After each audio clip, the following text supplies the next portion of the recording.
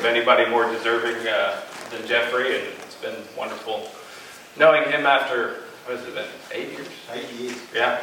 So I have to tell you a story. The first time I met Geoffrey, we were opening a project called City Center.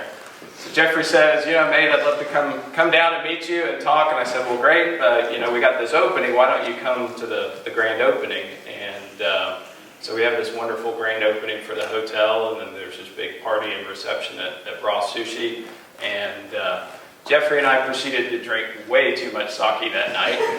Geoffrey did not return to College Station. He stayed in the hotel, and so it's been a lot of fun ever since then. But congratulations. I can't think of anybody more deserving, and for those of you students especially that have the good fortune to work with Geoffrey, you know, I think what you always look for in people is, and the people you want to learn from is passion. And you know, Geoffrey does it 120%, and that's what makes a difference.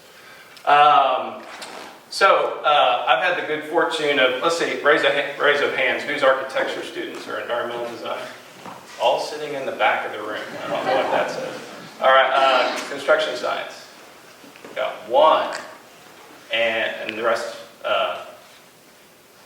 land development, real estate. No, MRE. MRE. Oh, you got MREs too. All right. I've had the good fortune to be all of you. I have an undergraduate in ED, construction science, and then a master's of real estate. And what I figured, I wasn't going to be great at any one of those. So what do you become when you're not great at any one of those? You become a developer. And so I've had the good fortune to be that. So we're going to talk about Century Square today. What I wanted to start with, though, is a little broader context as to why. Because I think it's important to understand this project doesn't sort of happen in isolation, and just because we're a bunch of Aggies and we have a lot of Aggies doesn't mean that's the reason we're doing it. So I'm going to share with you a few things. Introduce our team, Bryson Grover and our development team.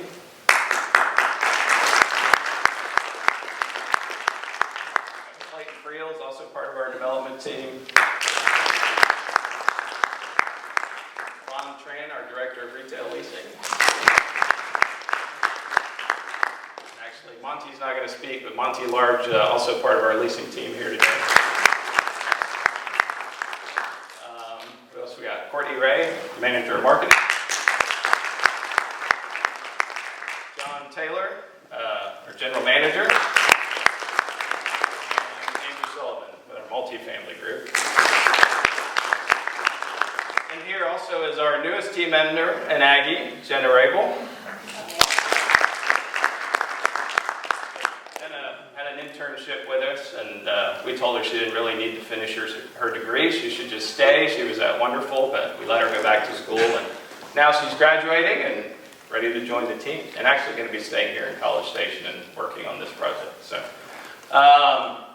So I've had the good fortune to be involved in a number of groups, one called Conscious Capitalism, started by John Mackey of Whole Foods. We do a CEO roundtable every year. There's a kind of a leadership, I guess, expert, Simon Sinek, if any of you have ever watched any of his YouTube videos, kind of speaks to this. And then some of the business books I'm sure some of you have read. If you haven't, you should. Good to Great and Built to Last by Jim Collins. And there's a common thread in all three of those, and it's really, it speaks to purpose. And that while companies are often built to make money, that shouldn't be the driving purpose behind a company. So what it is it's the why is important. That's your purpose as a company. That should be the core.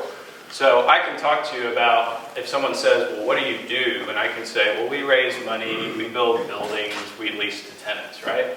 That's a pretty short conversation because you're not going to be that excited about it. And quite frankly, that's not going to get me out of bed. And so what we're focused around in Midway is a very straightforward purpose and something we try to deliver on every day. And we have 100 people, amazing people doing that every day. So our purpose is to create enduring investments in remarkable places that enrich people's lives. It's that simple. That's what our company is built around. And if we deliver on that, then we think we'll do some pretty special things, and oh, by the way, make some people some money along the way. So what we're going to talk about today is really based in this framework. The other thing we spend a lot of time on is culture. At the end of the day, any company is really about its people, okay? And it's not about one person, it's not about me, it's not about our chairman, it's not about one of our executive vice presidents, it's about everybody.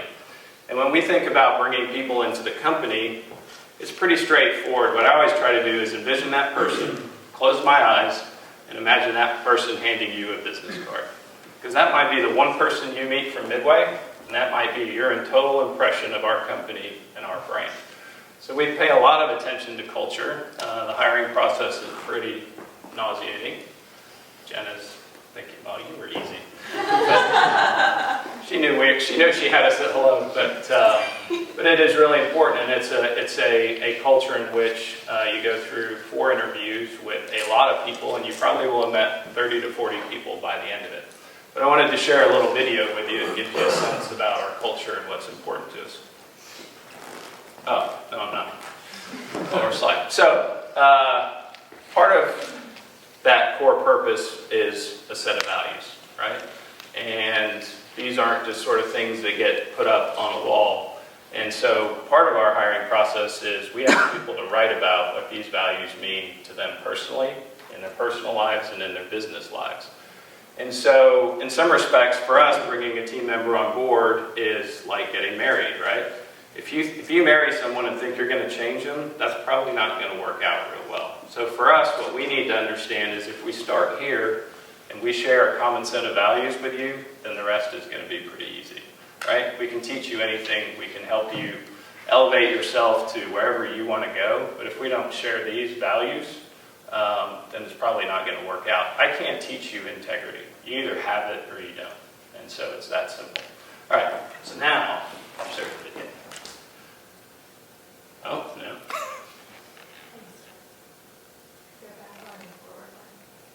Back one, forward.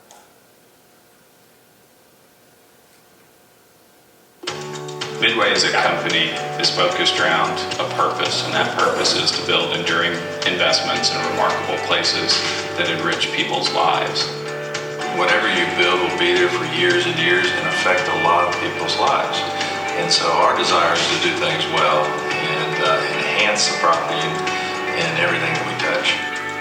It's not about building buildings and leasing them up and then making a profit off of it. I think Midway really instills that in all the employees.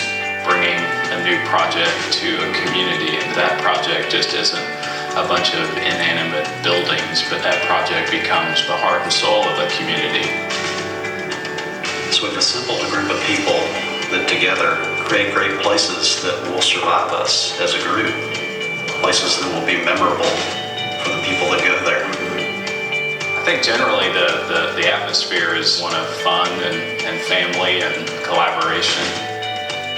We have a really fun office, and there's always this great energy and vibe every day when you come in. They really instill this sense of trust in their employees. I think we've attracted people that are self-starters, that are motivated, that have a desire to do great things. Midway is my second family. They give young professionals the opportunity to take leadership roles. This atmosphere is open, it's honest, and I think we're all encouraged to promote Midway with our own different strengths and unique talents that we have. They want each of their employees to succeed, not only on a professional level, but personally as well. Midway gives 12 days a year for each of their employees to volunteer, and that really just brings perspective. For all of the younger folks who maybe haven't done a lot of volunteering, it promotes that they're going to go out and volunteer on their own. Sharing the values that you have with the leadership of the company is very important. When you trust the people who run the company and the way they do it and what they provide for you and the people that they surround you with, it reinforces that loyalty. And as we grow, one of the things we're very conscious of is how do we maintain the culture, because that's the foundation upon which the company's built. I think everybody has to feel a common purpose, and you come to work every day and you actually make a difference. You're not just doing a job.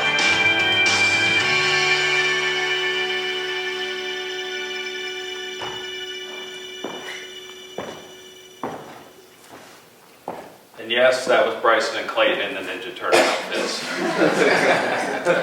Halloween's always a good time at our shop. So that gives you a sense of kind of who we are as people and the people we try to attract. And for me, that's the foundation upon which the company is built. Everything else comes from there. So I want to share about our investment philosophy also, because there's a very succinct way in terms of and how we think about investment. And really, while we choose to develop a lot of our properties, at the end of the day, we're an investment company, and development is just one of the ways to invest. We can buy things, and I'll talk about that. So it all starts with our purpose statement, and how do you build an enduring investment? And we have a clear investment process, a focused investment strategy, and then we have an integrated team that really helps deliver that. So you have to also step back and think, well, who are our stakeholders? And I know we'll talk about this a little bit later in the context of the framework that a lot of you learned, which is the quadruple net value. But first and foremost, we think about our team first. They're the most important in terms of how we make investment decisions and ultimately what's best for them. Two is the community. As you heard in the video, our goal is not just to go in and deliver some inanimate building. At the end of the day, buildings and projects impact people. And if we're not doing that in a positive way, then we shouldn't be doing it. Capital. We have a lot of institutional capital that invests with us. We have Michigan State Pension Fund, Dallas Police and Fire Pension Fund, Alaska Permanent Fund. We have funds that then raise money from all those people, like Lionstone and others. And so capital in many respects is the lifeblood of our business. And if we're not generating returns for them, then we're probably not going to be doing a lot more work. Our professional partners. So for every project, we build a big project team, and that can be architects, engineers, marketing people, finance people, contractors, right? And so they truly become a part of our team. We try to understand if they can become a part of our culture, and we have a responsibility to them to try to make them as successful as possible. And the last is customers. And we have a lot of customers, but in that context, since we've already talked about capital, it's really the people that use our projects, right? It's the people that live in our multifamily. It's the office tenants that work in our office buildings. It's the people who shop at our retailers. It's our retail tenants, right? What are we doing for them to truly deliver a unique experience? So the process is this. We define macro strategies, which I'll talk about. Then we have an opportunity assessment. And I think one of the hardest things in business is to learn to say no, right? And especially in our business, when a lot of us kind of fundamentally at heart are sort of deal junkies, right? We want to make the next deal, and it's fun, and that's sort of the exhilarating part. But the reality is a lot of great companies, what you understand is they're focused, and they're really good at saying no to things they shouldn't be doing, and being good at saying yes to the things they should be doing. So and I'll show you, we have a lot of criteria to assess any given opportunity. And then we'll develop a specific asset strategy. We're not making widgets every day. Every one of our projects is very unique. And there are those, and sometimes, I wish we had that opportunity, but they might be more or less cranking out the same apartment complex. But that's not what we do. And so every one of our projects is unique. Everyone has its own strategy. And then we implement, and the last step we call recapitalize. And sometimes that is selling to somebody else, and sometimes we are the buyer. So we may be selling with one capital partner and buying with another capital partner. And in the context of enduring investments, our goal is to be a long-term owner of real estate. We are not a merchant builder. Our goal is not to build something and flip it. And part of that is it's too hard to do what we do and then to think you're just going to sell it.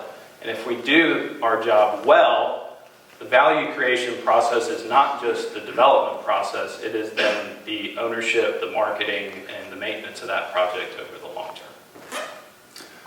So our investment strategy. So we basically have three strategies. Develop to core. Core real estate being something that is, in the investment world, is the top assets, those assets you want to buy and own because they're unique and they will maintain value over the long term. We can't make much of an entrepreneurial profit buying core assets. So today there's core assets around the country trading at a 4% cap rate, right? There's probably not going to be a lot of opportunity for us in that. So what we do is develop and create a core asset and then hope to own it for the long term. The second is value add, and this is relatively new for us, but the market actually identified more than we, I think, originally developed it as a strategy to say, all of those skills that you have in creating something can be applied to recreating something. And so a couple assets here, we bought a mixed-use project out of receivership and rebranded it, redeveloping it, adding a hotel to it, releasing it. The other one, which is one of my favorite projects, 712 and 708 Main, is a historic office building in downtown Houston. And the reality is the market just viewed it as old. It's an amazing building. So our job was to make it cool and valuable, and we're in the process of doing that. And then the other one is covered land. And that really somewhat relates back to development, which is to be able to buy great real estate with current income and then hold it until it's the right time to develop it. And so we're working on 2 large projects. So Memorial Heights is a fantastic project just west of downtown Houston, kind of in the heart of the cool Heights area and whatnot, and by New Buffalo Bayou Park. Well, it was one of the few 25-acre parcels in that area, and so we bought an existing apartment complex, and then we'll work our way through it. Current yield's about a 6% yield, so pretty good for holding a piece of land. The other one is something that was adjacent to our city center project, and so it was a 4 Points by Sheraton. And bought that, current yield's about an 8, and ultimately we'll tear it down. The price in which we bought it for is very much the value of the land, so we'll hold it. Ultimately, we'll redevelop that. So opportunity assessment. So the big buckets are pretty straightforward, right? Doesn't meet our purpose. And if the answer is no, that's a short conversation. It gets knocked off the table immediately. Is it exponential? Meaning, is it going to yield something else? Are we doing something that is creating value in multiple ways and in different ways beyond just doing a project? Relationship. We'll look for the relationships we have. Universities, capital, cities, communities. So any number of ways to expand relationships. And then human financial capital. One is, do we have it? The reality is we can't do every deal, both from a human capital standpoint and a financial capital. But then also, does it further the people in our company? Does it further our financial relationships? And then last, competition. There are things we are probably not best suited to do, right? And if we can't assess an opportunity, if there's a competitive environment, and say, we have a really good shot at winning that, we probably shouldn't be doing it. It's a waste of time. Generational real estate. And this is where, for me, real estate is not rocket science. It comes back to the fundamental piece of property, right? And so we ask ourselves through a number of filters there to say, is what we're looking at a generational piece of real estate? Even if we could dream up the coolest thing ever to do on a piece of land, if it is not generational real estate, we shouldn't be working on it. And so we get into all those things of demographic, highly productive workforce. The reality in this country, those jobs that truly create a lot of value are actually diminishing. And they're happening in fewer places, and they're being concentrated. The interesting thing about technology is we thought it would disperse the workforce, and actually the opposite is happening. That actually all the knowledge workers are tending to congregate. So, if you think about the markets we look at, there aren't a lot of them. Now, what's interesting about college towns is you have an educational anchor, you tend to have technology-type companies, and those coming to college towns for what? Talent. A lot of times you have medical, and so you start to have all the employment pieces that are really attractive. Scarcity and density, that's pretty straightforward. Transportation and infrastructure and natural amenities. And then the third one is, can we create something remarkable, right? Can we truly create something different, something unique, and something that makes a difference? And then the last one is investment discipline. We could overpay for the greatest piece of generational real estate, and we could spend way too much building a remarkable place, but at the end of the day, if we can't do that within the confines of investment discipline, we shouldn't be doing it. So then you have an asset strategy, and really what we have to do is you have to take the market context in which any opportunity exists, which often changes throughout the life of a project. Unfortunately, it's not static, right? So you have the market context of supply and demand, rental rates, consumer preferences. You have the capital side of the equation. What are people looking for? And I mean, take the broad context today.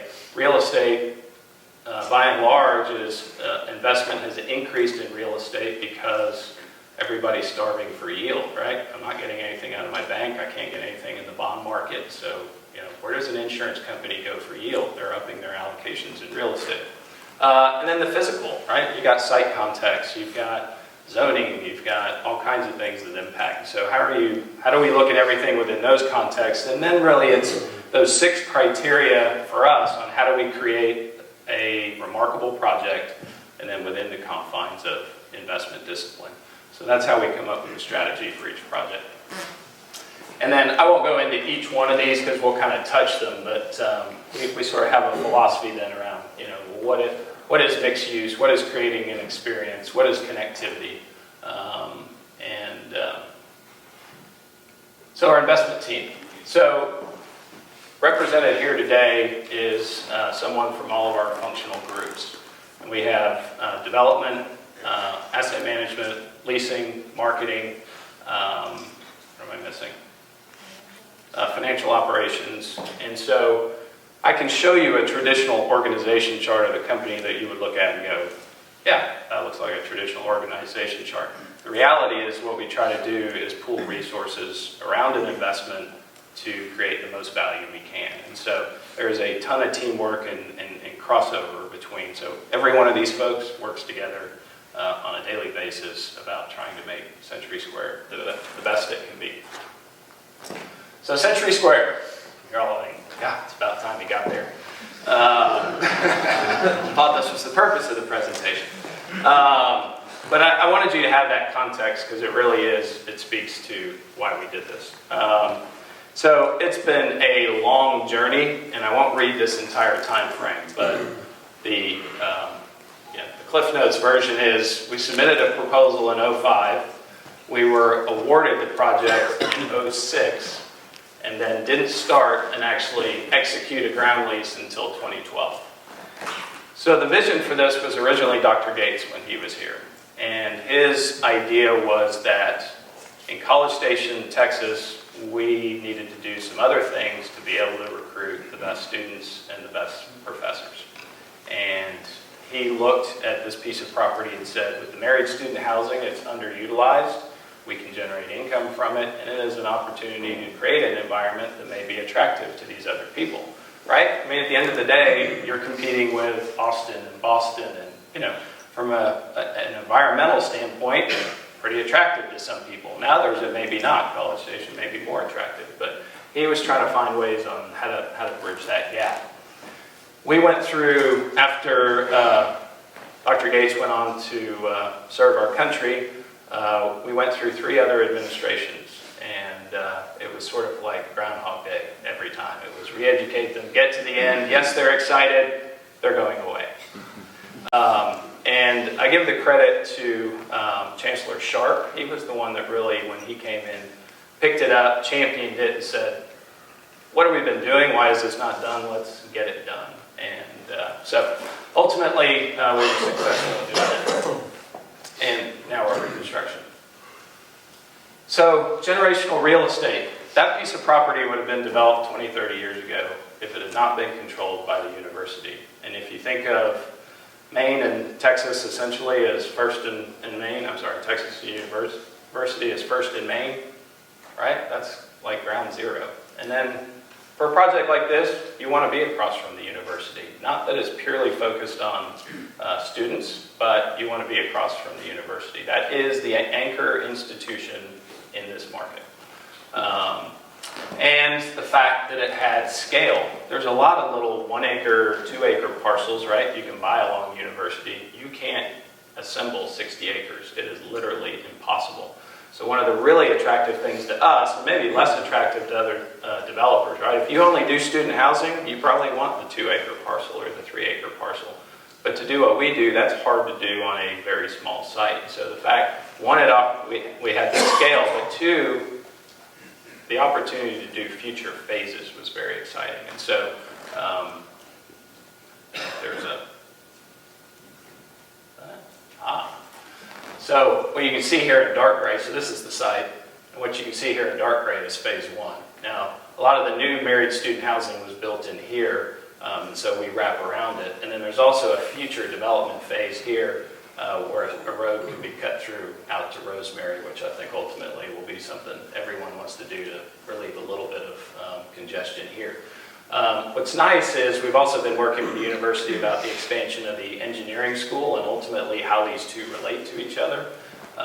And you know, candidly, a lot of time the planners get a little ahead of themselves, and we'll get wind of there's a giant parking lot, and it's like, whoa, whoa, whoa, whoa, why are we putting a big parking lot there? And so the goal is to really create an urban environment really between the two on that edge of campus.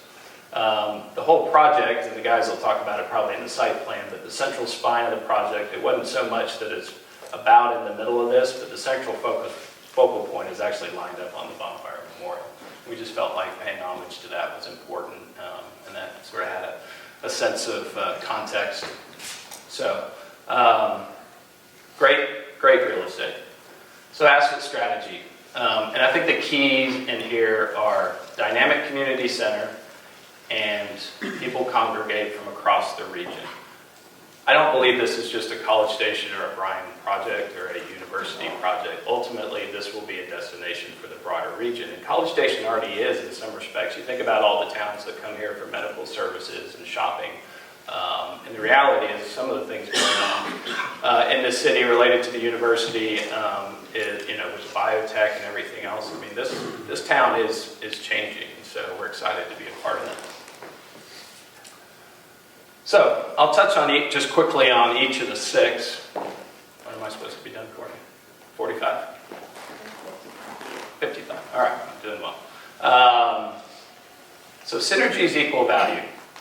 So the trick is, how do you take all these pieces, office, retail, multifamily, hospitality, and how do they all add value to each other? So why is office space more valuable when you walk downstairs and you have a breadth of amenities available in terms of shopping and restaurants, or the fact someone's client can stay in the hotel the evening before a meeting and just walk across the plaza to meet with you?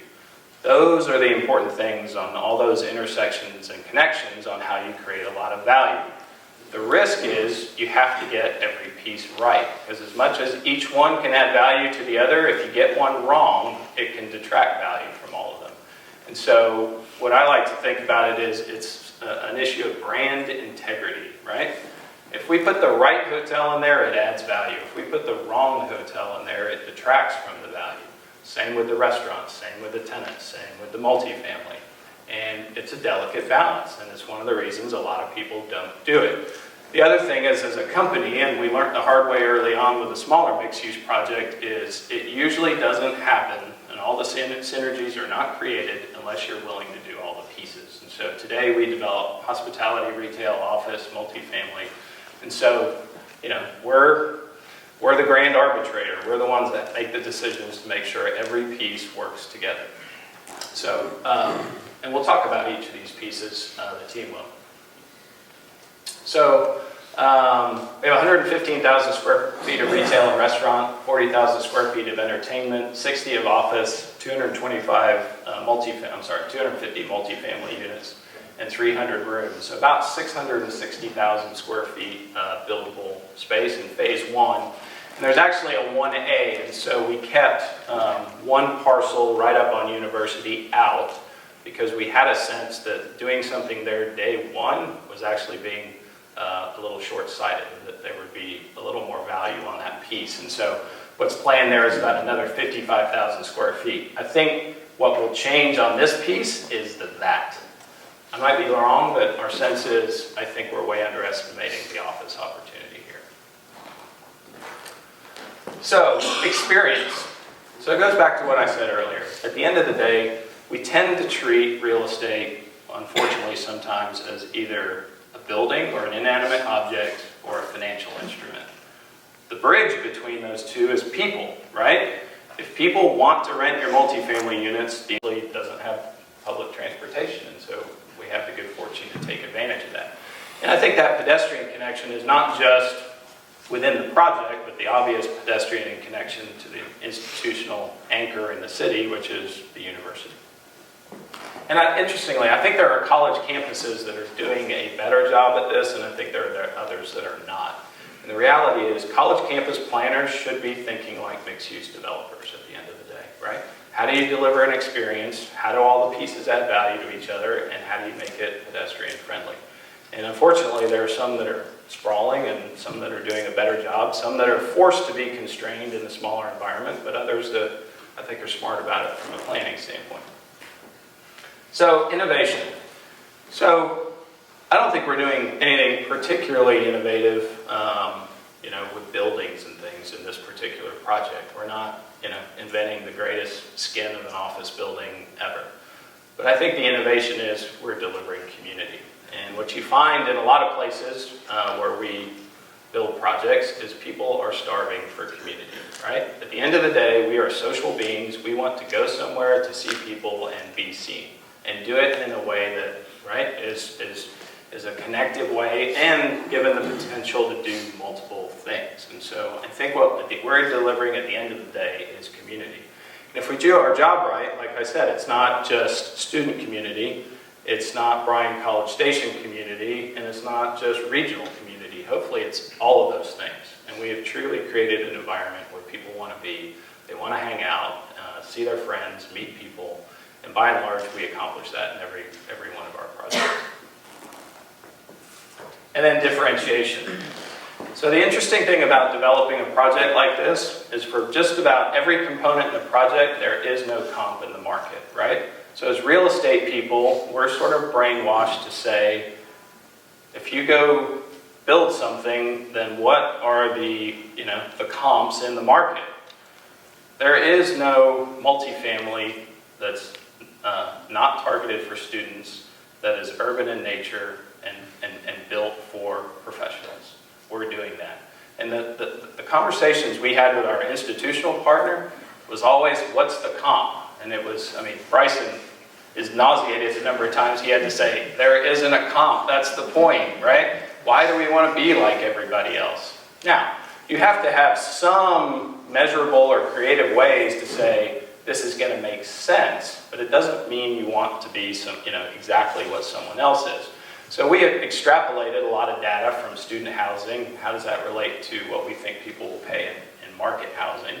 Office, there is no Class A office market really in Bryan College Station. So that is somewhat pioneering. There are no full service hotels to speak of, and coming up with creative options to how do we deliver a really unique experience in College Station. And there the balance is, an average daily rate is probably $140, and then how do you build a full service hotel? And at one point we had a whole package of incentives put together with the city to be told face to face by 6 people they were going to vote yes, to that night turning around 1 voted yes and 5 voted no. And that's the joys of working in a small community. People get to each other and a lot of disinformation is often disseminated. But you know what? At the end of the day, I actually think we're going to end up with a better product. And then the retail. There is some lifestyle retail in College Station, but really not of density. You have a little bit out in front of the Home Depot there down at the bypass. But and there's some in the mall, but by and large, we're trying to bring a new level of retail to College Station. So, differentiation is a wonderful thing. That's what we want to own, right? If we're going to create long-term value, we want to own something that someone else doesn't have. At the same time, it's incredibly difficult to prove to banks and partners that you're not just making it up, right? Trust me, it's only $170 million. It'll work. That doesn't go over too well. I've tried that, but it doesn't work. So I think, differentiation is a challenge, but if you get it right, you end up with something unique. And design. Before we built sort of our largest mixed-use project, City Center. We went to 27 projects in 17 cities, and we documented everything about those projects from, width of plaza, spacing and height between buildings, what feels comfortable, why does a certain sidewalk feel comfortable versus not, why is a curb important or not having a curb? What slows a car down? Is it the texture of the pavement or is it just regular concrete? So all those little details. So what I will tell you is we tend to think about design right as the big tower in Shanghai, but what makes these places successful is actually paying attention to details that shape people's behavior and delivers a nice environment. The other thing I will say about sort of trying to deliver urbanism, which we are, is to try to be authentic about it. And what you find with a lot of these projects is, I call them the ye olde town center. We don't need to copy sort of the architecture and try to be Disney, right? Urbanity is about space, walkability, and so that's what we try to pay attention to. So these are this is actually City Center, but things like large central plaza, and how do you pay attention to climate? It cools down with water. The tallest building in the project shades the plaza from the west in the sun. That's an office building, but how do you create something unique for Texas A&M? How do you create these wonderful streets that are purposely a little bit tighter so cars slow down? And then you get these beautiful little vignettes and these little urban gardens and plazas between buildings, right? And again, patios, making sure you have enough space for people to put tables and chairs out. Those people are walking in the middle of the street. But in some ways you think, well, why are they walking in the middle of the street? The good answer is they're comfortable walking in the middle of the street because the cars are not the dominant vehicle in the environment, right? So it's all those little details that we have to pay attention to in creating these environments. So it's not really about the whoa architecture, and we do that. I think we're building a hotel and an office building and some other things I think are pretty swank, but that's not what I think ultimately drives the experience for the people. So the master plan. So it's a context of buildings that are 4 and 5 stories. Some are lower, some are taller. Really, the whole project is, I always laugh at this rendering. It looks like, should be mountains from Denver in the background. But Central Plaza, this is probably the most important piece of real estate, right? And people always laugh at me. They're like, you always say the most important piece of real estate is the thing that doesn't generate any income. Well, it does, because that's the magnet that draws people there. And so Bonfire is straight here on access. Centerpiece, and we do this a lot in our projects, is the hotel. In this case, it's Hotel George. You have the Cavalry Court, another hotel concept. Flanked by 2 retail buildings with office above. 2 what we call jewel box buildings, which we do those a lot in our projects that activate the plaza. They always have restaurants in them.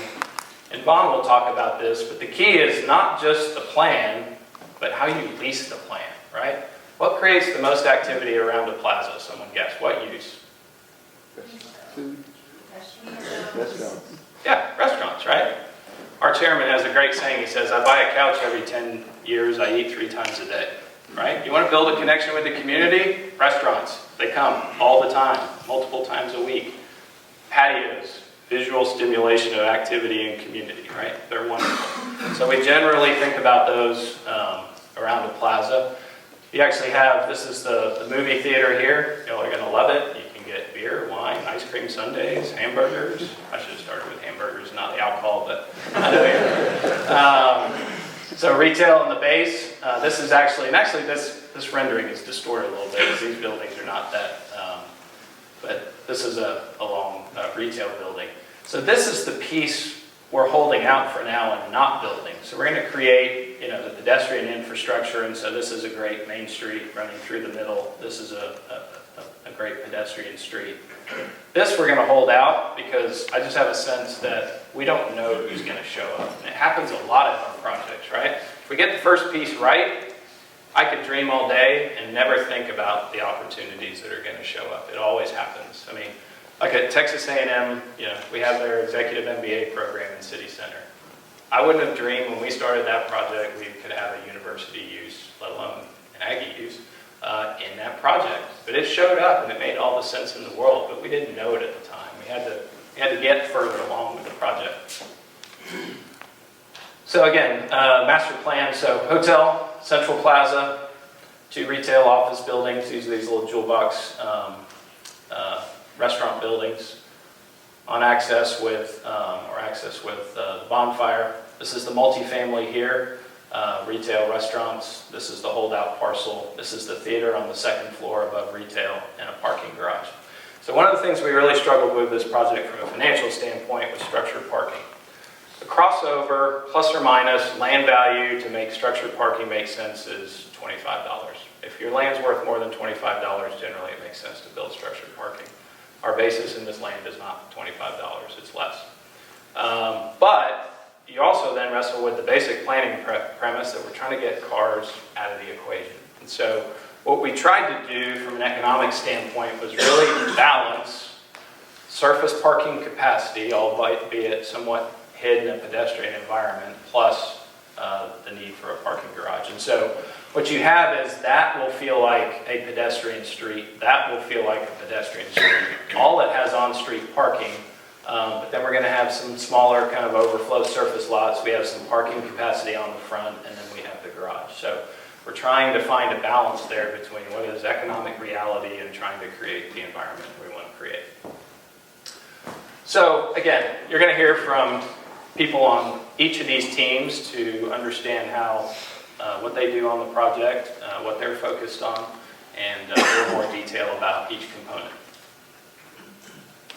9:55, pretty darn good.